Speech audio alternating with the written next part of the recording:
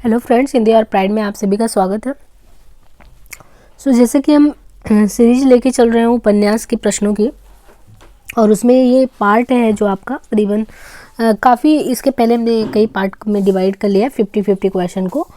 आज हम देखिए 101 से क्वेश्चन करते हैं कि इनमें से कौन सा उपन्यास नागार्जुन का आंचलिक उपन्यास है। तो आप देखिए इसमें जो नागार्जुन जी का आंचलिक उपन्यास की श्रेणी में आता है वो है रतिनाथ की चाची करके। ये उपन्यास उन्हीं के द्वारा है और रतिनाथ की चाची करके इसका नाम उपन्यास का है। यहाँ पे आगे का क्वेश्चन अगर हम देखें कि वीरेंद्र जैन जो है इनके द्वारा कौन सा उपन्यास इनमें से है। अभिशेष है, मुक्ति और फिर पार और दौड़। तो इसमें से आपको बताना है कि कौन सा वीरेंद्र जैन का उपन्यास इनमें से है। तो इसमें से देखिए पार जो है ये वीरेंद्र जैन का उपन्यास है। दारुल सफ़ा उपन्यास के रचनाकार कौन है? नाम क्या है? दारुल सफ़ा।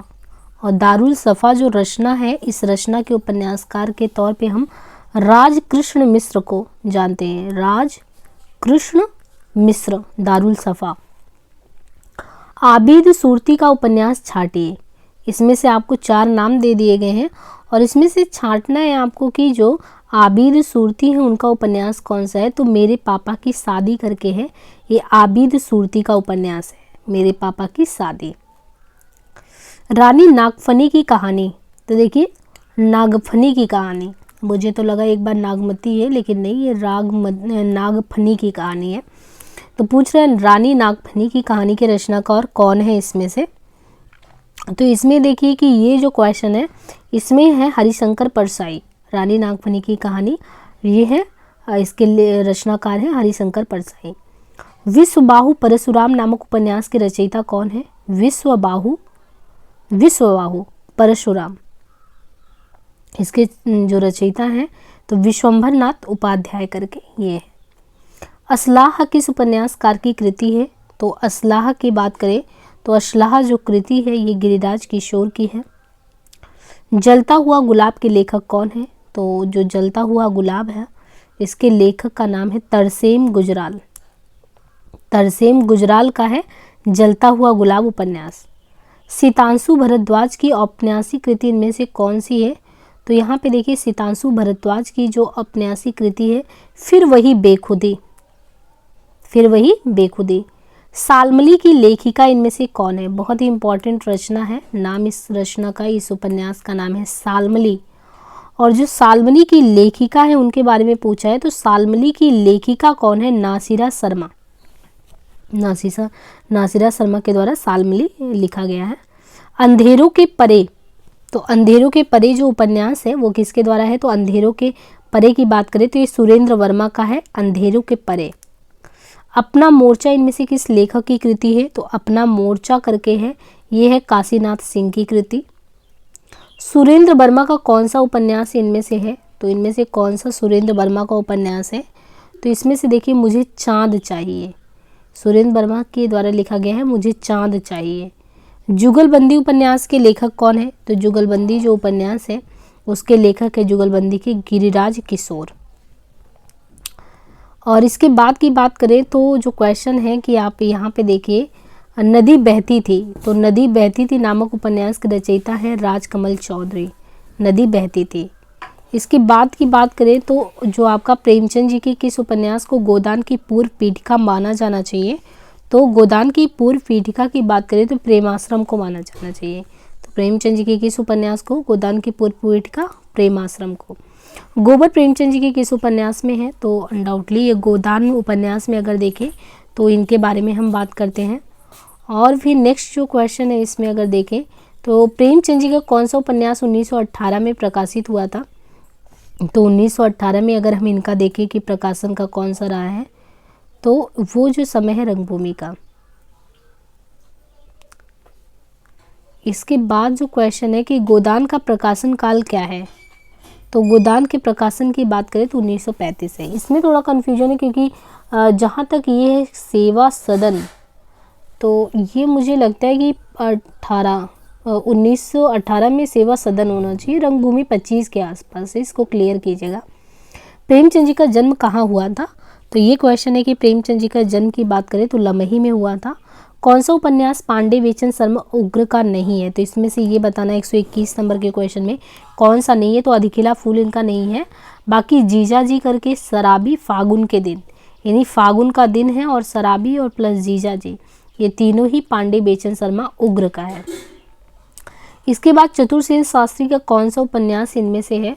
तो चतुरसेन शास्त्री की बात करें तो इसमें से कौन सा है? आलमगीर इनका उपन्यास है।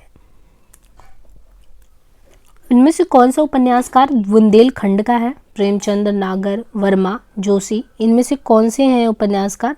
तो इसमें से आप देखिए वृंदावन लाल वर्मा जो हैं ये बुंदेलखंड से हैं। फ्रायड के मनोविश्लेषणवाद को किसने अपने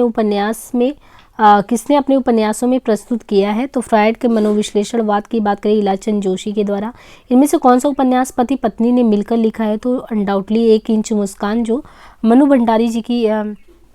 भंडारी थी, उनके पति राजेंद्र यादव, दोनों लोगों के द्वारा मिलकर लिखा गया है। और इनमें से आंचलिक उपन्यास कौन सा है? तो झूठा सच, मैला आंचल, गढ़कुंडार, तो मैला आंचल होगा। यशपाल के कुछ उपन्यास में देश विभाजन की त्रासदी है। तो देखिए उनके द्वारा जो देश विभाजन की त्रासदी झूठा सच यशपाल जी का है, उसमें हमें देखने को मिलता है। प्रेमचंद जी के किस उपन्यास में दहेज प्रथा के दुष्परिणाम को दिखाया गया है कि दहेज प्रथा जो गलत है? तो ये निर्मला में दिखाया गया है। प्रेमचंद जी का कौन सा उपन्यास कृषक जीवन का महाकाव्य है? तो ये गोदान है। नवाब राय उपन्यासकार किनके द्वारा? तो ये प्रेमचंद जी का नाम नवाब राय था, पहले लिखते भी थे। भगवती चरण वर्मा का कौन सा उपन्यास पाप पुण्य की समस्या को दिखाता है? तो देखिए भगवती चरण वर्मा का ये जो उपन्यास है, अगर देखेंगे तो ये जो चित्रलेखा का है, तो भगवती चरण वर्मा का कौन सा उपन्यास पाप पुण्य की समस्या को दिखाता है? तो चित्रलेखा है। इनमें से कौन सा उपन्यास सबसे पहले लिखा गया है? दिल्ली का दलाल, ठेठ हिंदी का ठाठ, चंद्रकांता, सेवा सदन। तो इनमें से अगर आप देखेंगे तो ये जो है चंद्रकांता। तो कौन सा उपन्यास सबसे पहले लिखा गया है? चंद्रकांता। कर्नटों के जीवन पर आधारित रांगे राघव के उपन्यास का नाम बताइए। ये कर्नटों के जीवन पे ये थोड़ा सा ये अलग क्वेश्चन है 133 नंबर का, कि ये कब तक पुकारूं। कर्नटों के जीवन पर ये आधारित रांगे राघव के उपन्यास का नाम है ये कब तक पुकारूं।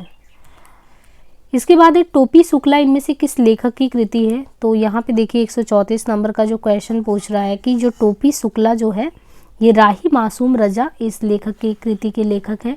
हिंदी का सांस्कृतिक उपन्यासकार इनमें से कौन है? अज्ञेय हजारी प्रसाद द्विवेदी, नागर, धर्मवीर भारती। तो किसको हम इसमें जो है सांस्कृतिक उपन्यासकार के तौर पे जानते हैं? हजारी प्रसाद द्विवेदी को।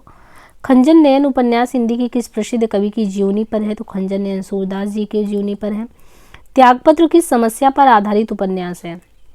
जो त्यागपत्र की बात करते हैं तो त्यागपत्र जो उपन्यास है वो नारी मनोविज्ञान पर आधारित उपन्यास है त्यागपत्र। सुख दुख उपन्यास के रचयिता कौन है? तो यहाँ पे देखिए बहुत ही अलग क्वेश्चन है और इम्पॉर्टेंट भी है। ये क्वेश्चन है कि अमृत राय ने जो है पूछा ना कि कौन इसके लेखक है सुख दुख उपन्यास के रचयिता। तो इस सुख दुख के उपन्यास के रचयिता है अमृत राय। और राई और पर्वत, तो ये राई और पर्वत के निर्मल वर्मा, गिरधर वर्मा, नरेंद्र कोयली, रांगे राघव, इनमें से कौन है इसके लेखक? तो यहाँ पे देखिए ये जो क्वेश्चन है रांगे राघव के द्वारा ये उपन्यास लिखा गया राई और पर्वत। क्याप उपन्यास किस लेखक की कृति है? तो क्याप उपन्यास जो है मनोहर श्याम जोशी की है। वृंदावन लाल वर्मा के उपन्यास किस वर्ग के हैं? तो जो वृंदावन लाल वर्मा के द्वारा जो भी लिखा गया है तो उसको हम ऐतिहासिक वर्ग में डालते हैं। इसके बाद के क्वेश्चन को देखें तो शेखर एक जीवनी वस्तुतः किसके जीवन का खाका प्रस्तुत करती है? तो जो शेखर एक जीवनी वस्तुतः किसके जीवन का खाका प्रस्तुत करती है? तो आप ये देखिए क्वेश्चन में कि ये है अज्ञेय की जीवनी के बारे में। जैनेन्द्र का कौन सा उपन्यास जो है वो उपन्यास, जैनेन्द्र का कौन सा उपन्यास पहला उपन्यास है? यानी सुनीता, परख और ये जितने भी उपन्यास के नाम दिए गए हैं इनमें से पूछ रहा है तो ये परख जो है इनका उपन्यास पहला उपन्यास है। मृणाल के आत्मपीड़न की गाथा इनमें से किस उपन्यास में है? तो आपको मृणाल की गाथा जो उपन्यास इनके देखने को मिलेगा कि किसमें इसकी गाथा के बारे में वर्णन दिया गया है। तो ये जो इनका है त्यागपत्र में। तो त्यागपत्र, और ये बहुत ही जो मृणाल का आत्मपीड़न गाथा है तो त्यागपत्र जो है इस तरीके से इनका उपन्यास काफ़ी प्रसिद्धि प्राप्त उपन्यास है।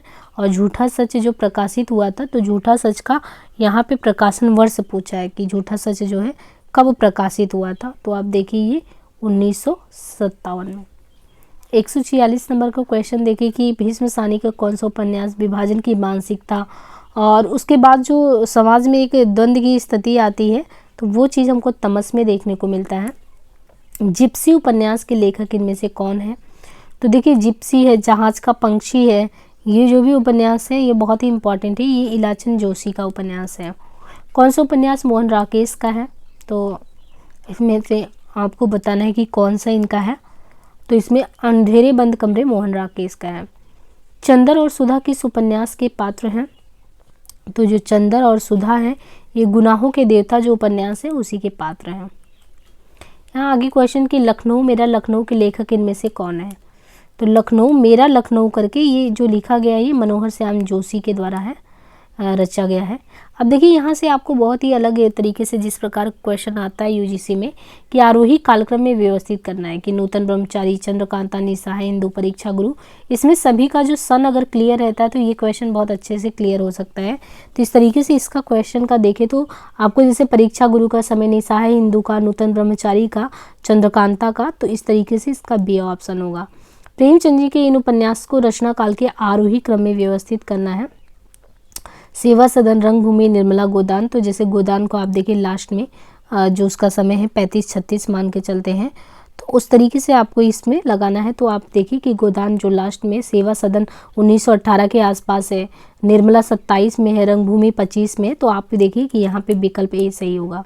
और इसमें जब तक देखिए डेट अगर क्लियर नहीं रहता तो ये क्वेश्चन सॉल्व नहीं हो पाता, इसलिए कुछ का डेट इंपॉर्टेंट ध्यान रखना पड़ेगा। यहाँ भी देखिए वापस से वही क्वेश्चन पूछ लिया है कि आपको आरोही क्रम में सुव्यवस्थित करना है और देखना है कि निर्मला, गबन, गोदान का जो है कौन सा किस समय में। तो यहाँ भी देखिए कि कायाकल्प, निर्मला, गबन, कर्मभूमि, तो ये क्रम हो गया। निम्न उपन्यासों का रचना काल के आरोही क्रम में प्रेमाश्रम, रेंगननी, तितली, परख। अब इसमें भी वही चीज़ है कि एग्जैक्ट आपको अगर डेट क्लियर है तो ये क्वेश्चन सही होगा, अन्यथा ये क्वेश्चन नहीं सही हो पाता है। निम्नलिखित सूचियों को सुमेलित करते हुए दिए गए कोड के साथ विकल्प को मिलाना है। तो यहाँ पे देखिए कि जो तमस है भीष्म साहनी का हो गया है ना, और मेला आंचल तो फणीश्वरनाथ रेणु से मिला दिया। फिर इसके बाद है सारा आकाश और गुनाहों का देवता। तो देखिए इसमें गुनाहों का देवता धर्मवीर भारती का बहुत इंपॉर्टेंट है, सारा आकाश हो गया, राजेंद्र यादव। निम्नलिखित सूचियों को सुमेलित करना है। सुरेंद्र वर्मा, राजकृष्ण मिश्र, ज्ञान चतुर्वेदी, विवेकी राय। तो जो 156 नंबर का क्वेश्चन है अगर आप देखेंगे तो यहाँ पे सुरेंद्र वर्मा का जो है कि मुझे चांद चाहिए, है ना, मुझे चांद चाहिए। राजकृष्ण मिश्र का है दारुल सफा, भी पढ़ा था, राजकृष्ण मिश्र का है दारुल सफा हो गया। और इसी तरीके से ज्ञान चतुर्वेदी का अगर देखें तो ज्ञान चतुर्वेदी का नरक यात्रा है और विवेकी राय का सोना माटी। तो यहाँ पे सोना माटी भी है। इस तरीके से देखिए है तो बहुत सारे सिलेबस में और पूछे जा रहे हैं, लेकिन जैसे सोना माटी ये बहुत इंपॉर्टेंट हो गया कि इसका विवेकी राय का एक है सोना माटी, और फिर आप उनका दारुल सफ़ा देख सकते हैं राजकृष्ण मिश्र का। तो इस तरीके से मैच कराना है। निम्नलिखित उपन्यासों को रचनाकार के आरोही क्रम में व्यवस्थित करना है। तो 157 नंबर का क्वेश्चन भी ऐसे ही है, प्रेमाश्रम, फिर सुनीता, शेखर एक जीवनी, मेला आंचल। तो आप इस तरीके से 54 इसका डेट है, फिर शेखर एक जीवनी का डेट, सुनीता का, प्रेमाश्रम का। अब यहाँ पे आपको देखिए 158 से 165 में इस तरीके से भी क्वेश्चन देता है कि आपको एक प्रेमचंद जी के बारे में पूरा ये जीवन दर्शन उनका समझा दिया, फिर उक्त अवतरण की शैली किस प्रकार की है। तो आपको इसमें शैली को पढ़ के बताना है। जैसे यही मैं पढ़ दूं कि प्रेमचंद जी ने हिंदी कथा साहित्य को मनोरंजन के स्तर से ऊपर उठाया और जीवन के साथ उन्होंने जोड़ने का प्रयास किया। सेवा सदन के प्रकाशन के साथ हिंदी उपन्यास को नई दिशा मिल गई। इस उपन्यास में यानी सेवा सदन में विवाह से जुड़ी समस्या, दहेज प्रथा, कुलीनता का प्रश्न, इन सब पे बात किया। फिर निर्मला में दहेज प्रथा पे बात किया, गबन में स्त्री के आभूषण से बात की, और फिर गोदान में कृषक जीवन, रंगभूमि में शासक वर्ग के अत्याचार की झलक, कर्मभूमि में अगर देखें स्वतंत्रता की एक झलक, समाज में व्याप्त छुआछूत। इस प्रकार प्रेमचंद जी के उपन्यास जीवन के विविध पहलुओं को हमको दिखाता है। तो आपको ये उक्त जो अवतरण की शैली लग रही है, पढ़ने से कैसा लग रहा है, तो विवेचन किया गया है, तो विवेचनात्मक शैली हो गई। अब अगर आपको इसका शीर्षक रखने के लिए दिया जाए तो आप क्या रखेंगे, तो ये प्रेमचंद जी के उपन्यास से संबंधित सारी बातें हैं, तो हम इसका शीर्षक कुछ इस तरह रख देंगे। या प्रेमचंद जी के किस उपन्यास को कृषक जीवन का, तो यहीं से बताइए गोदान। या प्रेमचंद जी का कौन सा उपन्यास सबसे बाद में प्रकाशित हुआ, तो 161 का नंबर का कि गोदान 1936-35 दोनों ही समय देखते हैं। फिर किस उपन्यास को गोदान की पूर्व पीठिका कहते हैं, तो इससे पहले भी ये क्वेश्चन आया था कि किसको हम गोदान की पूर्व पीठिका, तो प्रेमाश्रम को जो है, प्रेमाश्रम जो रचना है इसको हम कह सकते हैं गोदान की पूर्व पीठिका है। प्रेमचंद जी के उस उपन्यास का नाम बताना है जिसमें अनमेल विवाह के दुष्परिणाम बताए गए हैं। तो अनमेल विवाह जो निर्मला में आपको देखने को मिलता है तो ये वही है। प्रेमचंद के किस उपन्यास में अंग्रेज शासकों के अत्याचार की झलक देखने को मिलती है? तो ये चीज़ आपको देखने को मिलता है, ये जो झलक है रंगभूमि में। प्रेमचंद जी को किस प्रकार का उपन्यासकार आप मान सकते हैं? तो आदर्शोन्मुख यथार्थवाद की श्रेणी में हम उनको रख सकते हैं।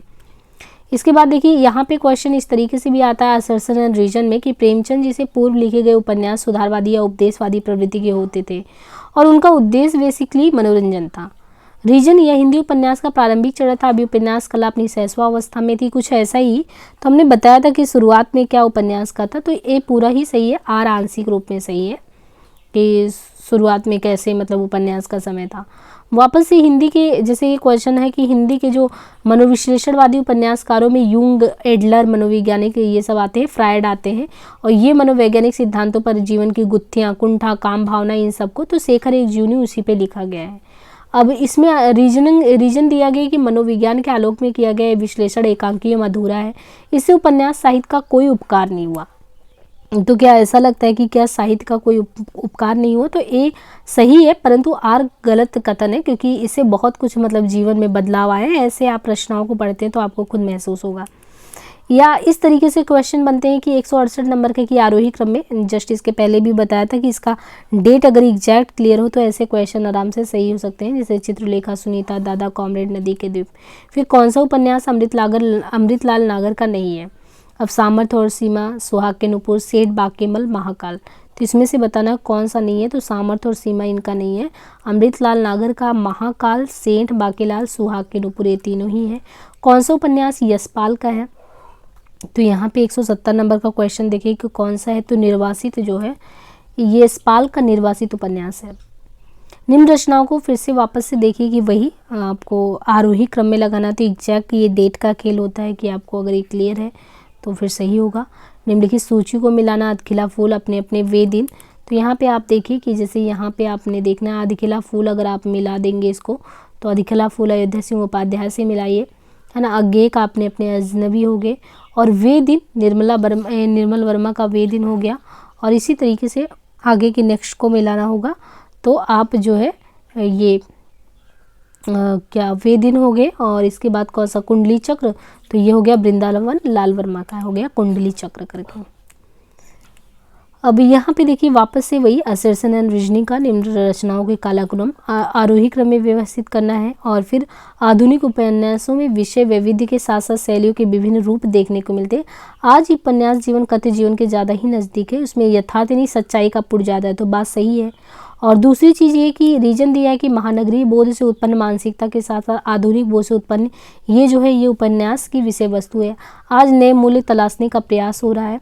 तो इसमें से आपको ये बताना है कि जो भी चीज़ें दी गई हैं क्या आपको कहाँ तक ये चीज़ें सही लगती हैं। तो जहाँ तक ये बात देखी जाए कि हाँ आज जो उपन्यास लिखा जा रहा है तो उस उपन्यास का किसे जो विषय वस्तु है बिल्कुल वही सब है। वापस से आपको देखिए एक तरीके से पूरा ये दृष्टांत जो दिया गया है वो पढ़ना है, और यहाँ से ही आपको उत्तर देना है कि अनमेल विवाह और दहेज की समस्या प्रेमचंद जी की किस में है? तो निर्मला में है। औद्योगिकरण का अगर दुष्परिणाम आपको देखने को मिलता है तो ये रंगभूमि में, कि गांव के उजड़ने से किसान को होने वाली कठिनाइयाँ क्या होती हैं। कृषकों के शोषण का चित्रण प्रेमचंद जी प्रमुखता से अगर किसी उपन्यास में दिखाते तो उपन्यास गोदान है। और अब तो अवतरण जो दिया है, मतलब कि आपको जो अवतरण दिया वो पढ़ने से क्या लगता है? तो प्रेमचंद जी के उपन्यास, या प्रेमचंद जी के किस उपन्यास में कृषक समस्याओं का चित्रण प्रमुखता से देखने को मिलता है? तो गोदान है। वापस से देखिए यहाँ पे दिया है 181 से 158 तक के उत्तर दिए गए विकल्पों में से चुनना है आपको। अब स्वतंत्रता के बाद हिंदी उपन्यास में आंचलिक उपन्यास एक महत्वपूर्ण भूमिका में रहा। वे उपन्यास जिनमें किसी विशेष अंचल का चित्रण होता है। अंचल का शाब्दिक अर्थ होता है जनपद या क्षेत्र। जिन उपन्यासों में किसी विशेष क्षेत्र के जनजीवन का समग्र बिंबात्मक चित्रण होता है उनको आंचलिक उपन्यास कहते हैं। इन उपन्यासों का मूल उद्देश्य उस क्षेत्र विशेष की सभ्यता, संस्कृति, रहन सहन, रूढ़ी, सामाजिक परंपरा, इन सब पे बात करना है। आंचलिक उपन्यासकारों में रेणु का प्रमुख स्थान है मैलांचल 54 में। और फिर इसके बाद जो है इनके कथानक में 1942 से लेकर गांधी जी के निधन तक की परिस्थितियों का चित्रण देखने को मिलता है। तो उक्त अवतरण का उपयुक्त शीर्षक आप क्या रखेंगे? तो ये आंचलिक उपन्यास और मैलांचल करके। इस अवतरण में किस शैली के बारे में बात की गई? तो शैली है जो बताया गया है कि किस शैली में ये बात की गई, तो आलोचनात्मक शैली। मैलांचल में किस क्षेत्र का चित्रण देखने को मिलता है? तो वही है पूर्णिया जिले के मेरीगंज। तो एग्जैक्ट देखिए तीनों ही दिया है, लेकिन कम्प्लीटली आंसर क्या दिया है, तो बिहार के पूर्णिया जिले के मेरीगंज। फिर इसका जो समय है तो 54 है। और इसके बाद जो है मैलांचल की मूल चेतना क्या है, तो मूल चेतना है कि खद्दरवादी नेताओं की स्वार्थी मनोवृत्ति क्या है। ग्रामीण परिवेश की भी बात नहीं है, एग्जैक्ट वही खद्दरधारी नेताओं की स्वार्थ मनोवृत्ति क्या है। इसके बाद निम्नलिखित अवतरणों को ध्यान से आपको पढ़ना है और पढ़ के आपको 186 से 90 तक का उत्तर देना है। जैसे प्रेमचंद जी का जन्म 31 जुलाई 1880 को वाराणसी के निकट लम्ही में हुआ। ग्रामीण परिवेश में दरिद्रावस्था पढ़े बले, अतः उन्होंने जीवन के अभावों और कटुताओं को निकट से देखा। अभावों और गरीबी में रहकर वो आगे बढ़े और जैसे तैसे स्कूल और सरकारी जीवन से जीवन की शुरुआत और अंग्रेजी दमन चक्र में कई बार शिकार होने पर अंततः सेवा छोड़ने पर भी इनका असली नाम क्या था, धनपत रॉय था। लेकिन अंग्रेज सरकार की कूप दृष्टि से बचने के लिए इन्होंने प्रेमचंद नाम से लिखना शुरू किया। अपने लेखन की शुरुआत उन्होंने उर्दू से की। उर्दू में इन्होंने नवाब राय से लिखा। इनका सोजे वदन उर्दू में निकला और कहानी संग्रह अंग्रेज सरकार की आंखों में कांटों की तरह था, इसलिए उसको जब्त कर लिया। तो इस तरह मतलब कि वो एक कठपुतली बन के लिखना नहीं चाह रहे थे। फिर इनके पात्र जो है चलते फिरते हैं, परिचित से लगते हैं। पहले ये आदर्शवादी की तरफ झुके थे, फिर धीरे धीरे आप उस सीमा से बाहर निकले। फिर सेवा सदन की सुमन तथापि इनके पात्रों के चरित्र का उत्थान पतन देखने को मिलता है। प्रेमचंद जी की परिस्थिति चित्रण बहुत ही वास्तविक लगती है और प्रेमचंद ने अच्छी सफलता प्राप्त की है। कर्म भूमि में उन्होंने राजनीतिक आंदोलन का बड़ा व्यापक और सजीव चित्रण किया है। तो इस तरीके से आप देखिए कि उनके बारे में पूरा डिटेल देके अब आपसे पूछ रहा है कि इसका आप जो है शीर्षक क्या देंगे। तो इसमें आपको शीर्षक से ये लगता है कि आप उपन्यासकार मुंशी प्रेमचंद जी के बारे में पूरी जानकारी ले रहे हैं। उक्त अवतरण में प्रयुक्त शैली किस तरीके से, तो ये जिस शैली में आपको बताया गया है कि इस तरीके से सब कुछ है, तो ये विवरणात्मक यानी पूरी जानकारी दी गई है। प्रेमचंद जी उर्दू में किस नाम से लिखते थे, तो नवाब राय से लिखते थे या धनपत राय से लिखते थे, तो नवाब राय से। प्रेमचंद जी का कौन सा कहानी संग्रह सरकार ने जब्त कर लिया, सोजे वतन। प्रेमचंद के चरित्र चित्रण की क्या विशेषता रही, तो वे कभी भी लेखक के हाथ कठपुतली नहीं, उनके पत्र सजीव लगते हैं, पात्रों का चरित्र स्वाभाविक सा लगता है। तो इस तरीके से हमने यहाँ तक आपकी काफ़ी क्वेश्चन करा दिए हैं और मुझे ये उम्मीद है कि आपको उपन्यास से रिलेटेड काफ़ी जो है क्वेश्चन क्या यहाँ पे अगर देखेंगे तो काफ़ी हेल्प मिलेगा। सो ऐसे ही इन्फॉर्मेटिव वीडियो के लिए आप चैनल से जुड़े रहें और प्लीज़ चैनल को लाइक शेयर सब्सक्राइब करना ना भूलें। हिंदी और प्राइड करके अपना टेलीग्राम है, वहाँ से आप कनेक्ट हो और ऐसी इन्फॉर्मेटिव वीडियो आपको मिलती रहेगी। सो आज के लिए इतना ही, धन्यवाद।